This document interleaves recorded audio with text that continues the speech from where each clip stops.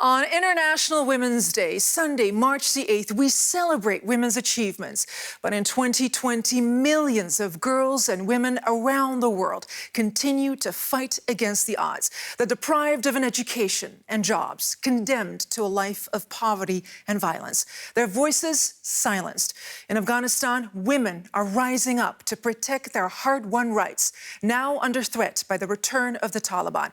In the U.S., the world's most powerful democracy dreams of the first female president dashed again after another strong woman candidate bites the dust.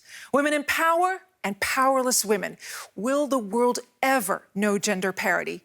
And what will it take? I'm Laila Harrak. This is The Day.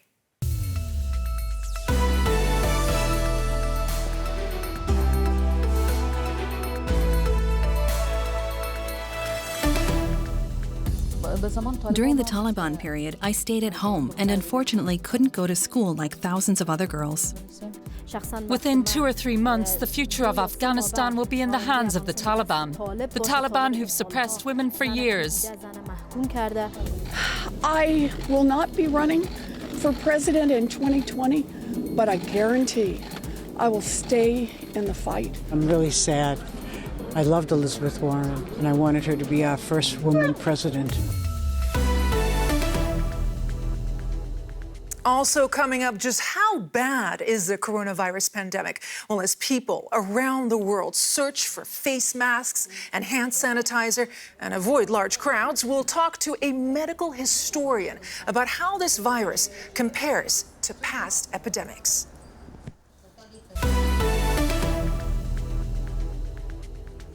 Ahead of International Women's Day, we take stock of a long women's rights struggle, the one in Afghanistan. It remains one of the worst places in the world to be a woman.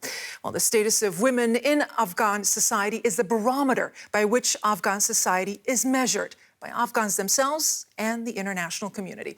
Well, just last week, the U.S. signed a landmark deal with the Taliban to end 19 years of war.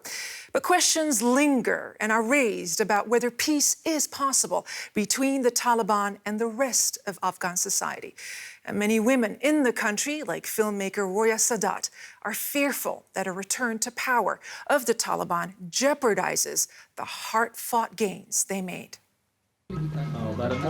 Roya Sadat with her team. The filmmaker is considered one of the best in Afghanistan. She's busy planning a new project with her production company, Roya Film. Her office is already full of international awards. Sadat is worried by the political changes happening in her country. How will the peace treaty agreed with the Taliban affect her and other women? I feel concerned when I remember how women in our country were simply forgotten during the Taliban's 5-year rule up to 9/11. If the international community views Afghanistan as an open and shut case and abandons us again, there will undoubtedly be grave consequences. For years, Sadat has documented the empowerment of Afghan women in films like A Letter to the President. The drama follows Soraya, a government official who rescues a young girl from being stoned by villagers. Her actions incite the fury of local warlords and her husband. Soraya is imprisoned and due to be executed. Only a letter to Afghanistan's president can save her.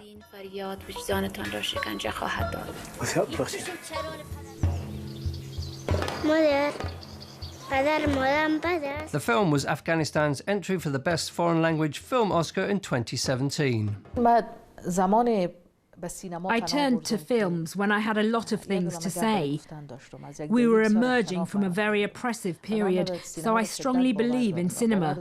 I think it's one of the most important art forms for transforming society. Roya Sadat's work has always been risky. In parts of her country, film and cinema going are still taboo. In 2017, she was awarded the International Woman of Courage Award. She's not the only woman afraid of a potential Taliban resurgence. Within 2 or 3 months, the future of Afghanistan will be in the hands of the Taliban. The Taliban who've suppressed women for years. How will they give women rights when they believe women should stay at home and shouldn't even be allowed to go out?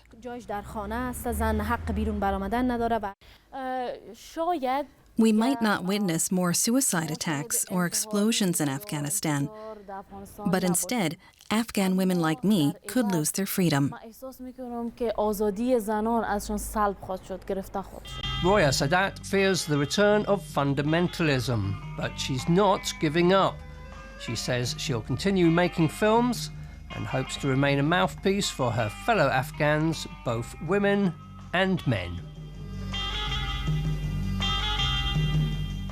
Well, my first guest is an Afghan-American women's rights activist and a board member of the Women for Afghan Women group that helps domestic abuse victims in Afghanistan. And to discuss this crucial moment for women in Afghanistan, I'd like to welcome now Masouda Sultan, who is joining us from New York. A very good day.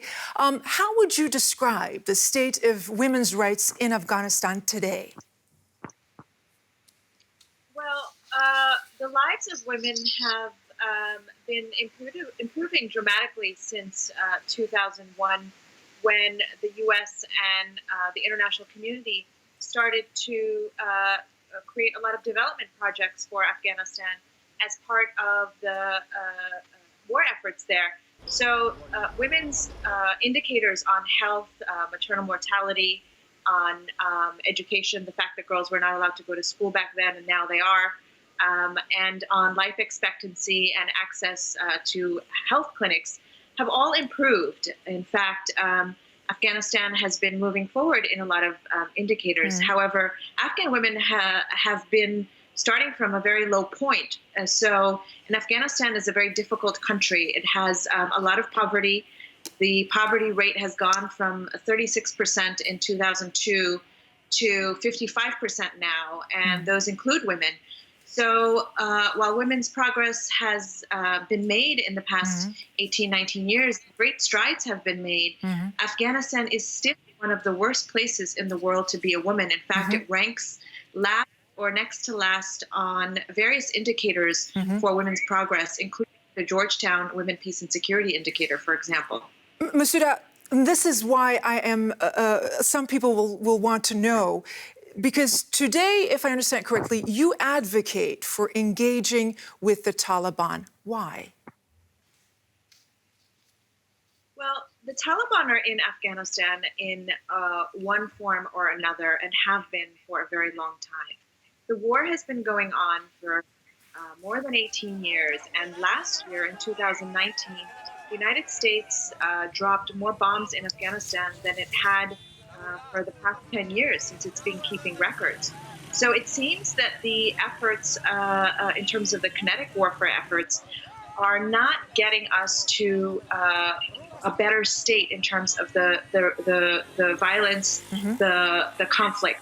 And so what I see is that the only way we can get out of this non-militarily is by having the parties talk to each other. And part of those talks need to involve Afghan women, and I know they will. Now, you were so determined to put women's issues on the agenda that you went and spoke to Taliban representatives during one of the Doha meetings that took place. How did that meeting come about, and what did they tell you? Well, in all of these various lists that are often being made to decide who should go to the talks, what's often left out is the voices of civil society and women. And so one of the things we wanted to do was to encourage their participation, but also help them in the process of engagement, since we've been doing this work for a long time. So I went in April of 2019. I traveled to Doha along with another board member of Women for Afghan Women to try to understand what was going on with the intra-Afghan dialogue, and so that we could support the other participants and the other women. But the talks had fallen apart, and there was an opportunity, because some other Afghans had also arrived to Doha, with plans to take part. So we were there and had the opportunity to meet the Taliban in a private 6-hour meeting where we expressed our concerns, of course. We listened to them, which I don't think most people are ready to do and want to do considering their history. But we thought it would be good to start talking about the problems that Afghan women face that are common to across the country. It doesn't matter what faction you're from or what side of the war But you're on. Masood, I'm going to jump in right there, and I'm really sorry for interrupting.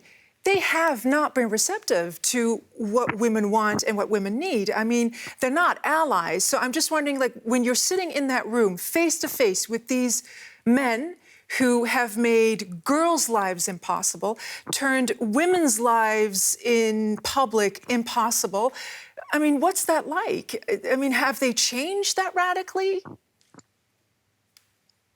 a few things I should tell you is that these were not formal talks. So, and we don't speak for all Afghan women. There will be a formal dialogue.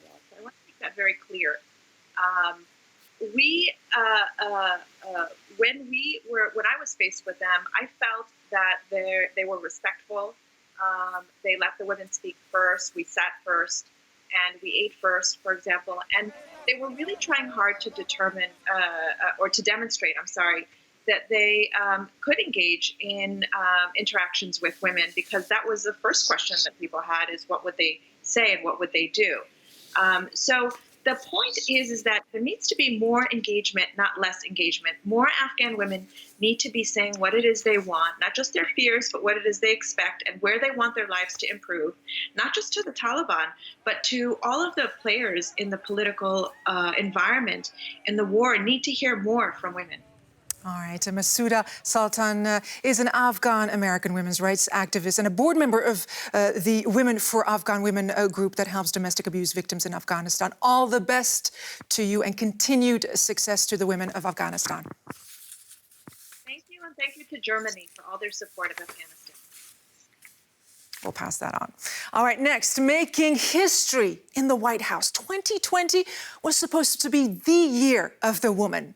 After President Donald Trump took office in the U.S., a record-breaking number of women were elected into the House of Representatives in the 2018 midterm elections.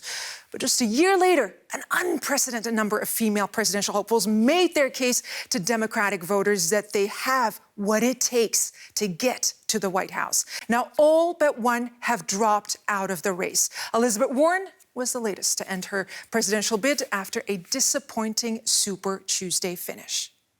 Gender in this race, that is the trap question for every woman.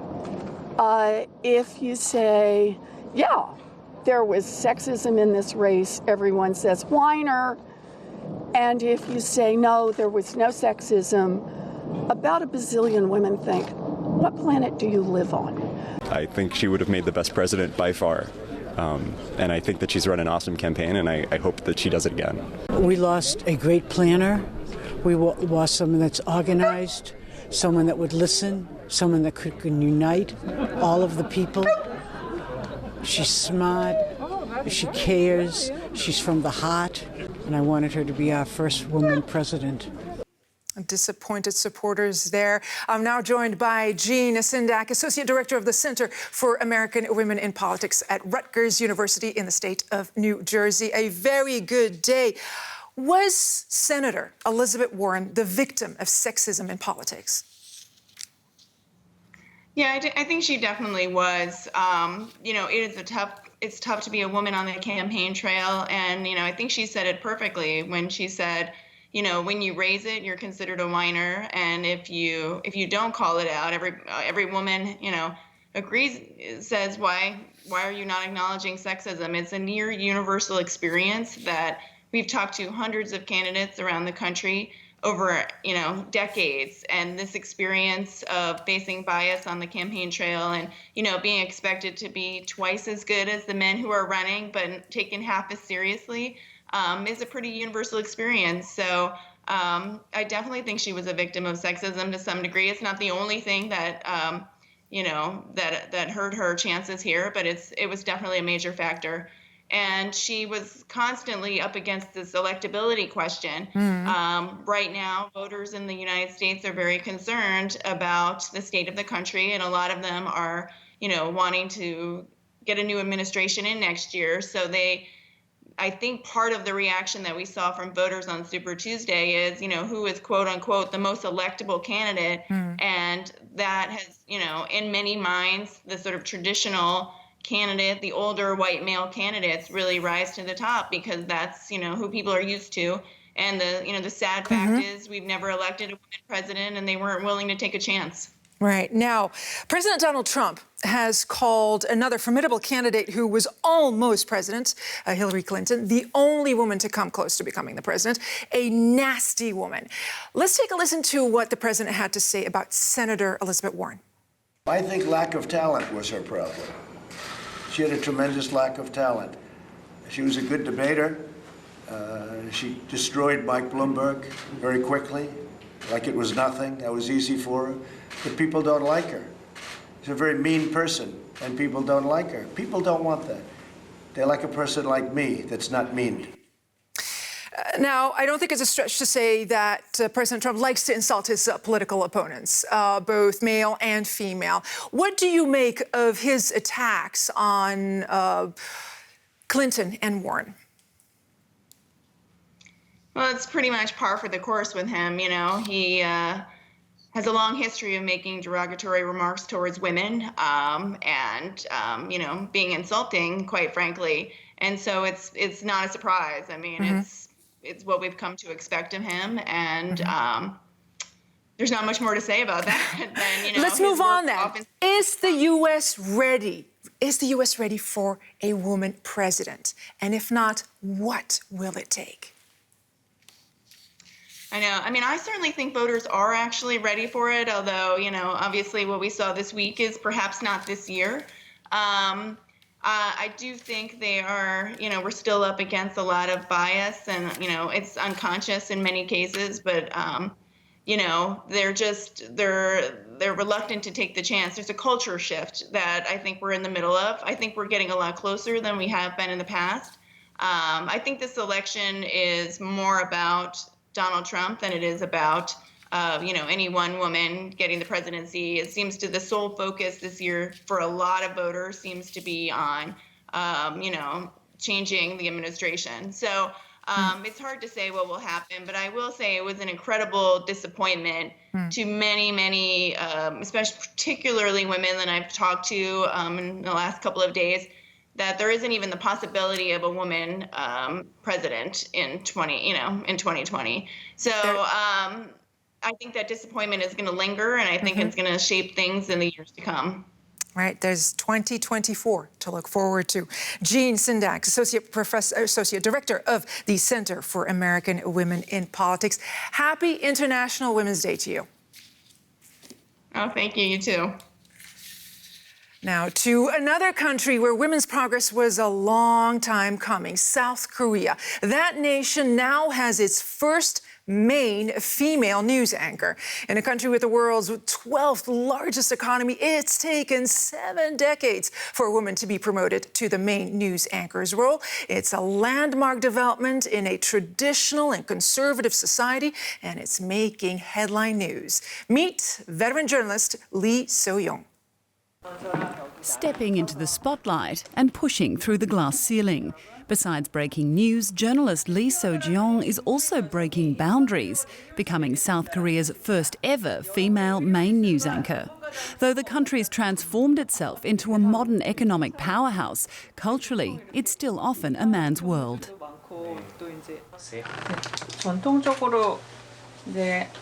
Traditionally, the main news anchor would be an older, experienced man. And beside him, there would be a young female announcer who's pretty like a flower.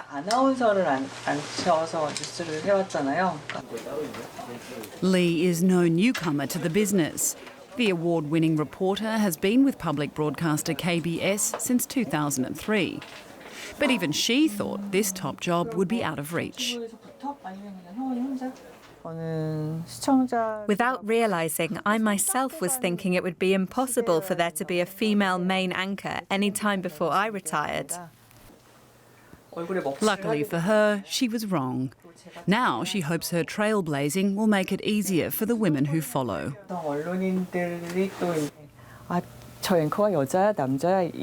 Soon I hope people will no longer be interested in whether the anchor is a woman or a man. I try to stop defining myself as a female journalist. I'm a journalist and a news anchor. A story, she hopes, that will soon stop being newsworthy.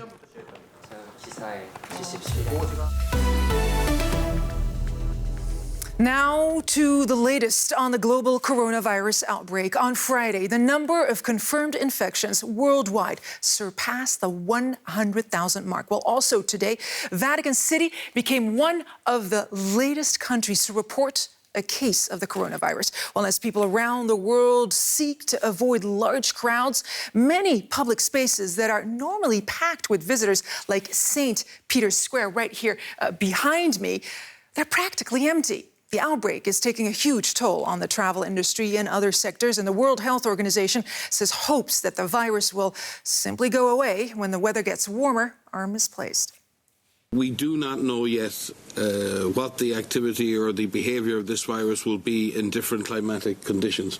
We have to assume that the virus will continue to have the capacity to spread, and it's a false hope to say, yes, it will just disappear in the summertime like influenza virus. We hope it does. That would be a godsend, but we can't make that assumption.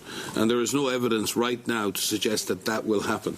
So we need to fight the virus now, not live in hope that the virus may disappear on its own. I'm happy now to welcome my next guest, Alexander White from Johns Hopkins University, Baltimore, Maryland. As a medical historian, you, sir, are uniquely placed to put this outbreak that's gripping the world at the moment into a larger, deeper context to better help us understand what we're going through right now. Has anything similar to the COVID-19 taken place in history? Well, I mean, I think in terms of the scale of responses that we've seen, especially in China, the world's never seen a quarantine of that scale, and that's something to take into account. But in terms of epidemics, I think, the 1919 flu really, looks very similar in a lot of ways. Although, what's important to remember is the mortality rate for that flu, while being similar, the deaths occurred amongst healthier, younger populations and not kind of more exclusively amongst the elderly like you see today. Now, this outbreak transcends borders, but the reaction has been to close borders, seal ourselves off. Do you have historical examples of that working? It's complicated. Border closures are often a response to epidemics. And often these responses are over-aggressive, as in the case of the West African Ebola epidemic. In some cases, border closures can have some success at limiting epidemic spread, but only when, I think the justification for those closures are linked to real and verifiable health data. And the decision to close the borders are only after all other avenues, such as increased screening and monitoring, have been thoroughly exhausted. An epidemic of what was considered a very serious plague in Surat, India in 1994 was actually very small, but had very drastic economic effects, greatly reducing the GDP of India as a result of border closures to Indian goods and travel in the Middle East, in Asia, and in the Mediterranean. So it's a double-edged sword. It's a double-edged sword. And I want to ask you as well, could the coronavirus outbreak that we're going through right now change the world as we know it when you compare it to similar outbreaks in the past?